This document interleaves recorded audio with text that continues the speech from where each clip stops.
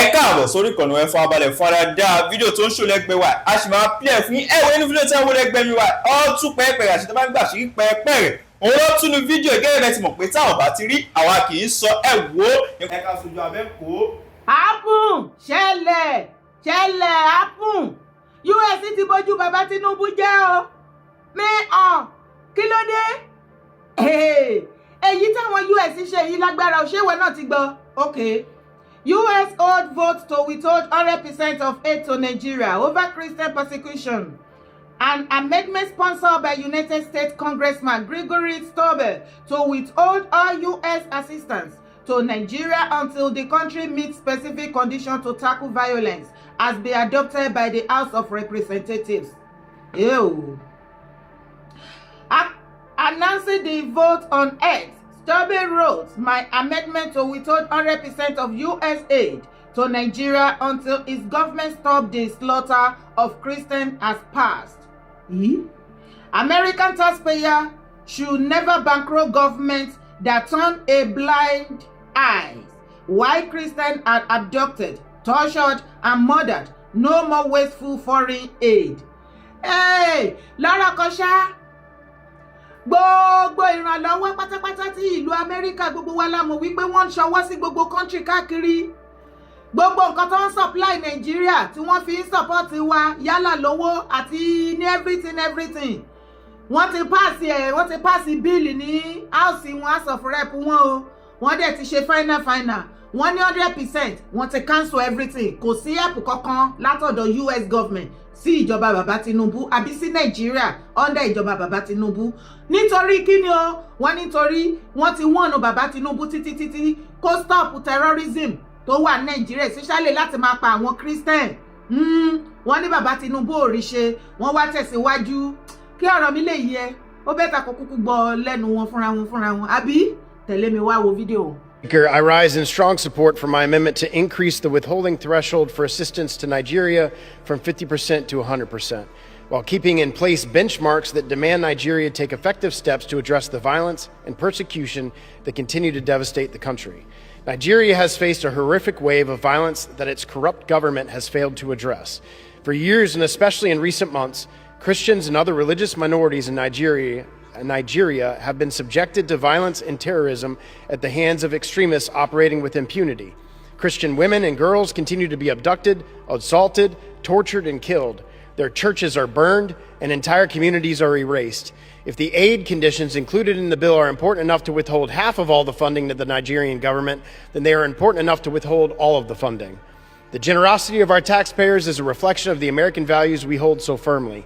Never should we allow their hard-earned tax dollars to be funneled to corrupt regimes that fail to uphold religious freedom, fail to adequately confront terrorism, and fail to protect the innocent from persecution.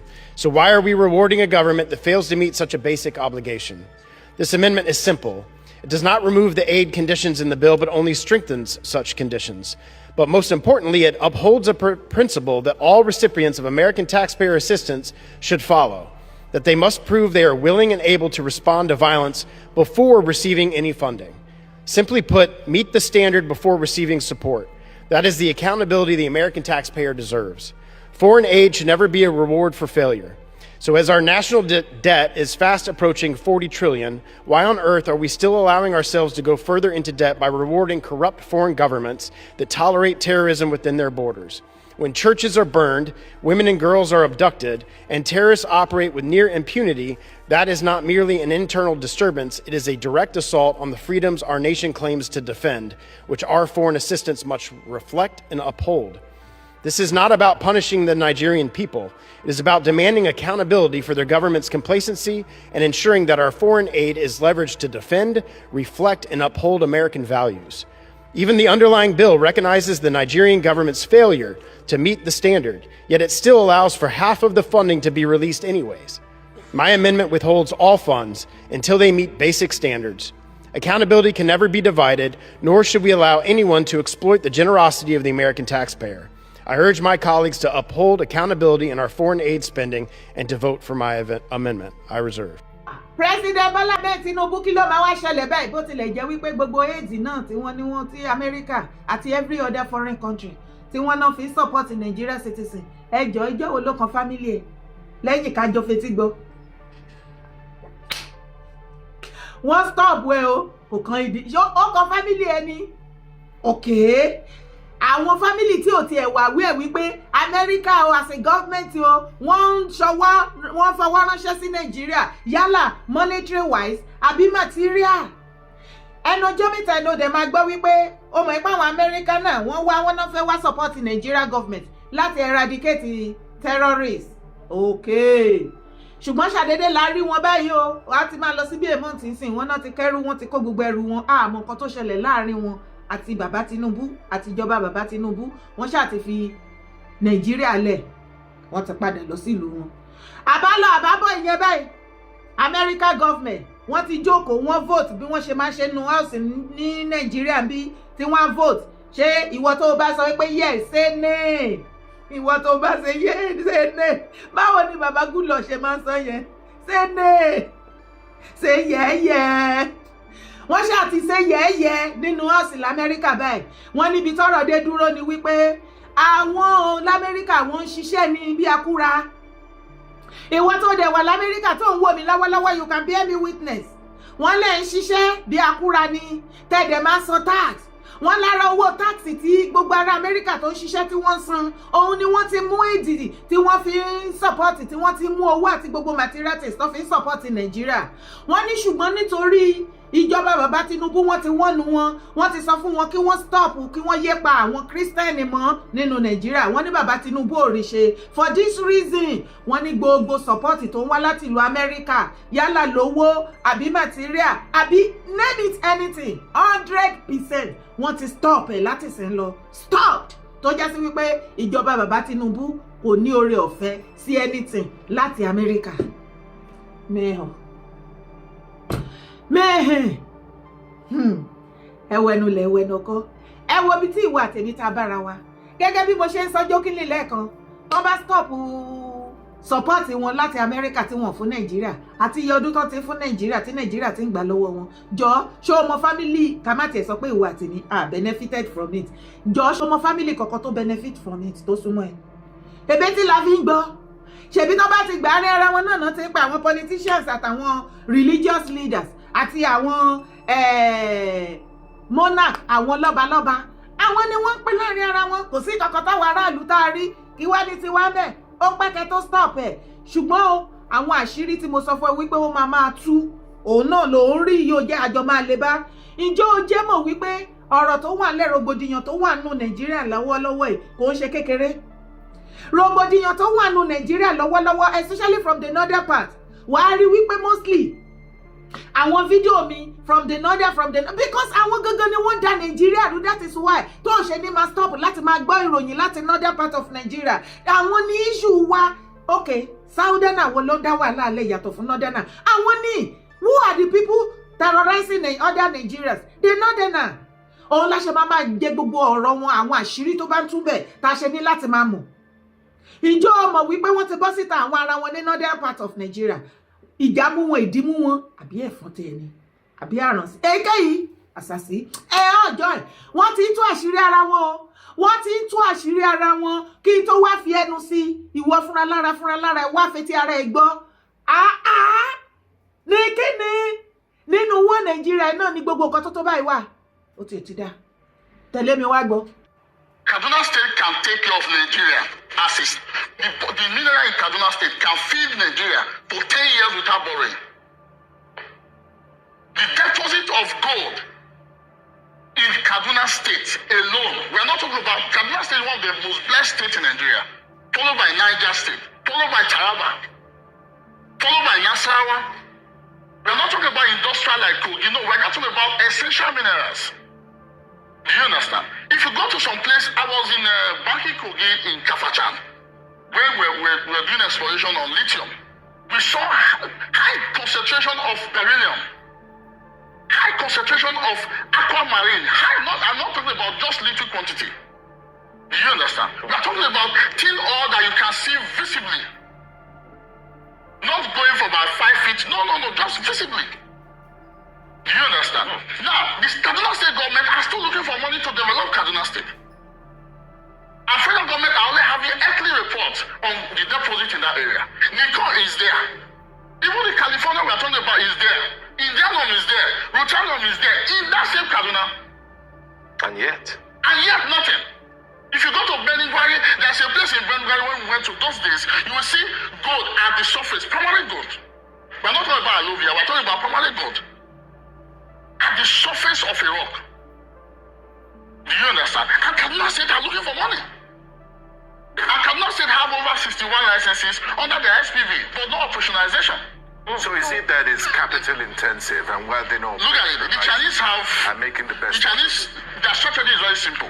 Remember, before the European colonization, everything happened. Europe have a standard for Africa. They build a very high standard for us. They will tell us, even the Americans, tell us, okay, you know what? For us to buy your mineral, for us to buy your agro-commodity product, you must clean to this percentage. You must have 99% and all that. The Chinese formula is totally different. Chinese formula will come to our level. They know we don't have information. We don't know what we are doing.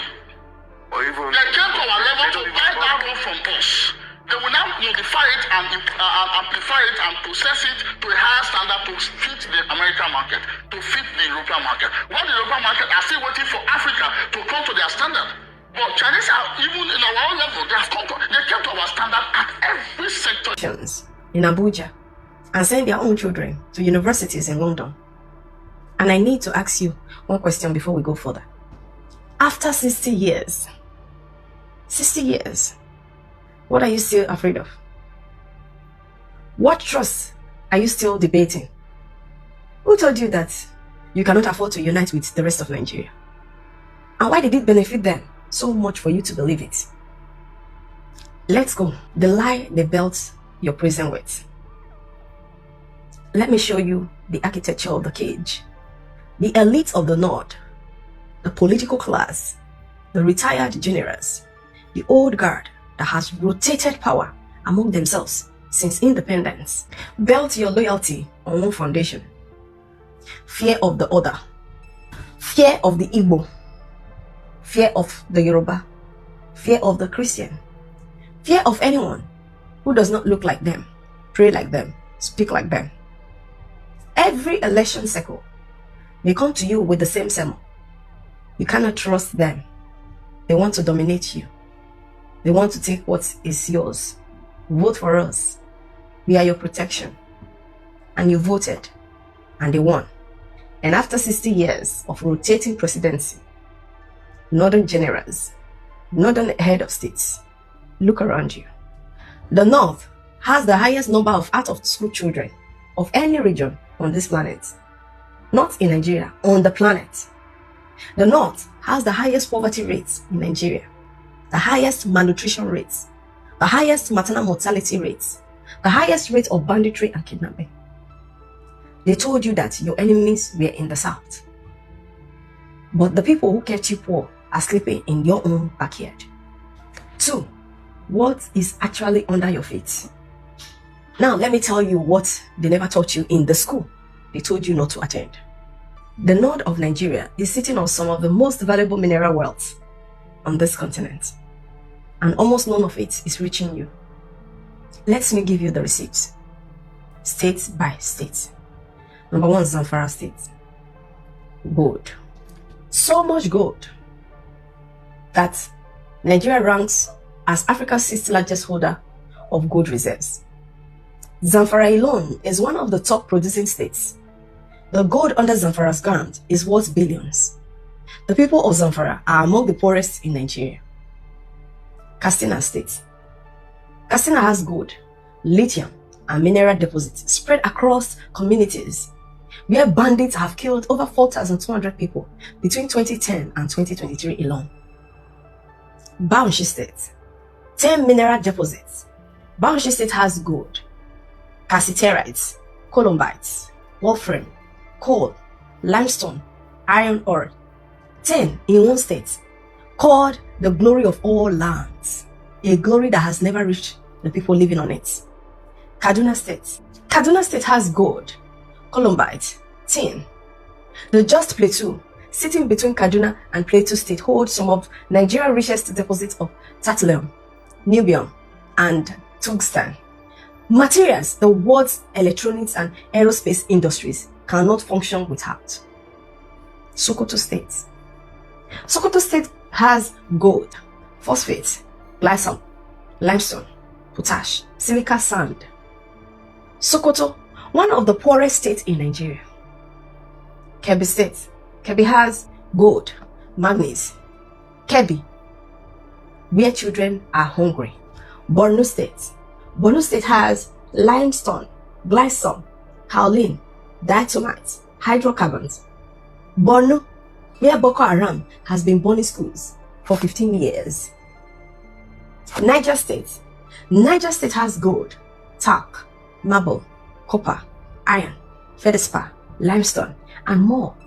Niger State, where bandit attacks have displaced entire communities. Nasarawa State. Nasarawa has lithium, copper, crystal quartz, columbite, mica. Lithium, the single most important mineral for the global electrical vehicle revolution, under Nasarawa ground. This is what is beneath you. This is what they have been fighting over. Oh, ṣé ti rí bó ṣe ń lọ? Ṣé ti gbọ́? Tó bá lísì sí máa yẹn dáadáa, orí pọ́ ká lára. Téèyàn bá mọ nǹkan tí ọ̀pọ̀lọpọ̀ ò mọ̀ tó fẹ́ ṣàlàyé, ó máa ká ẹ lára. Ó ń lọ́rọ̀ yẹn. Ó ní Kaduna, just a state. Kaduna nìkan ní the whole of Nigeria, àbí the whole of North altogether. Ó ní solid minerals tí Ọlọ́run tó gbé pamọ́ síbẹ̀ tó wà ńbẹ̀ tí wọ́n wà. Ó tó is enough láti ṣe kí ni? Láti take care gbogbo Nigerians. Almost 300 million population o. Ìyẹn tá bá ti kọjá bẹ́ẹ̀ torí wọn ka sensor mọ́.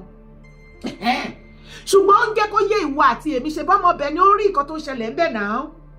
Ó ní nǹkan tó wà ńbẹ̀ ní mineral resources tó bá ní pé kán máa wá kùṣà ẹ̀ kán lọ máa tà kán dẹ̀ máa remit owó sí àkáǹtì gọ́ọ̀mẹ̀ntì kán dẹ̀ máa pín owó yẹn accordingly.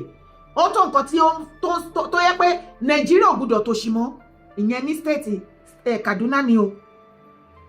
Ṣé o mọ iye state tó wà ní northern part of Nigeria?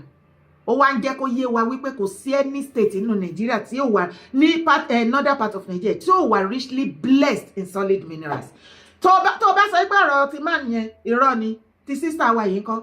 Ṣé o listen again? Mo fẹ́ kó farabalẹ̀ kó tó padà gbọ́. Di fídíò yẹn kó dìmú dáadáa kó mọ bó ṣe ń lọ ní Nigeria. Mo sọ fún ẹ wípé ṣé rí àwọn youth wọn tí wọ́n kọ̀ tí wọ́n jẹ́ kán ní education. Ìkankan báyìí ni wọ́n máa wà educated.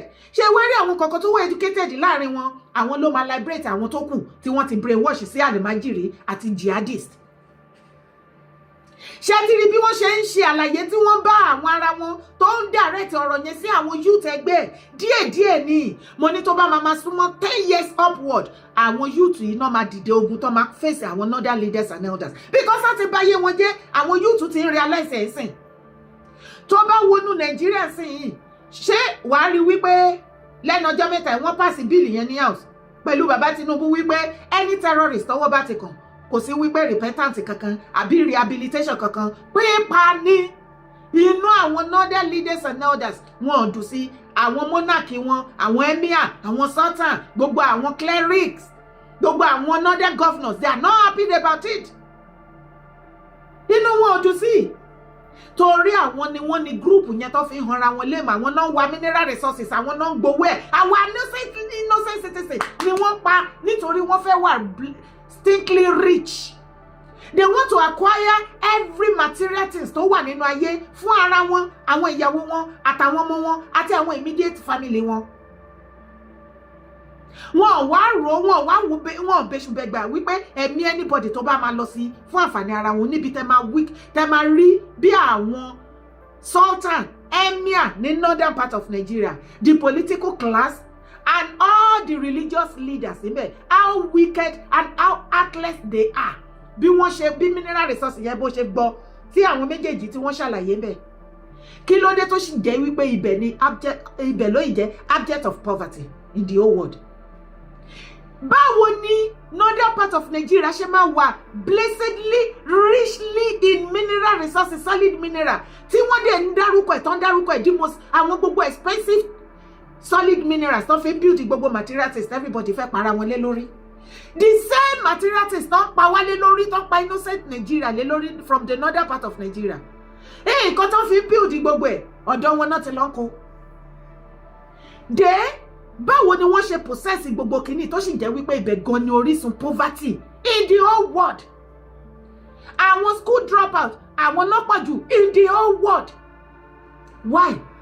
For you to know the color the northern leaders and elders are made of.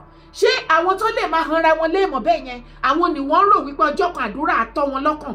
Wọ́n á wá sọ wípé Nàìjíríà wọ́n ti wá ready láti jẹ́ kí Nàìjíríà move forward. Can't you see that it is the northern people that refuse Nigeria to be progressive? Àwọn northern leaders and elders, the northern emir, the northern sultan, the northern political class, and the northern religious leader, they are the one driving Nigeria as a country backward. They did not allow any head of state, any president to do his work, to do his job accordingly and move Nigeria forward. The way tó ṣe ń gbógun ti Tinubu àti ìjọba yìí tó ń sabotage everything yìí bẹ́ẹ̀ náà ni wọ́n ṣe máa ṣe fún gbogbo every head of state.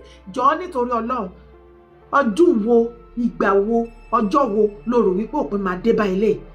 Ìwọ náà wo generation ìwọ àtèmi tó ti lọ tá a dé tó fi kan ìwọ àtèmi sìn ẹnu ẹ̀ náà la tún bímọ sí àwọn ọmọ wa náà tó ti ń bímọ bẹ̀.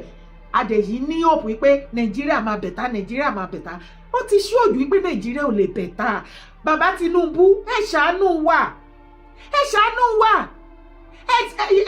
ṣe kínní yìí regional yìí torí ọ̀pọ̀lọpọ̀ náà sọ wípé October 1st lẹ́lẹ́ fẹ́ declare. Mo ti ṣe findings mi káàkiri kò tí ì sí nǹkan mi tí ì rí nǹkan tó kò you know but láti ọ̀dọ̀ ti tèmi and on behalf of gbogbo Nigerians Bàbá Tinubu ẹ ṣàánú wa ẹ bá wa gbé regional kalẹ̀ kẹ́ ẹ fi òfin tó ní agbára kẹ́ ẹ fi gbá nídìí bẹ́ẹ̀ ni ẹ̀yin nìkan lẹ lè. ẹ wò gẹ́gẹ́ bẹ́ẹ̀ ti gbọ́ ọ̀rọ̀ tẹ́ni náà ẹ wà ní máa rí jù báyìí lọ lórí ìkànnì yéyìí ó dàbọ̀.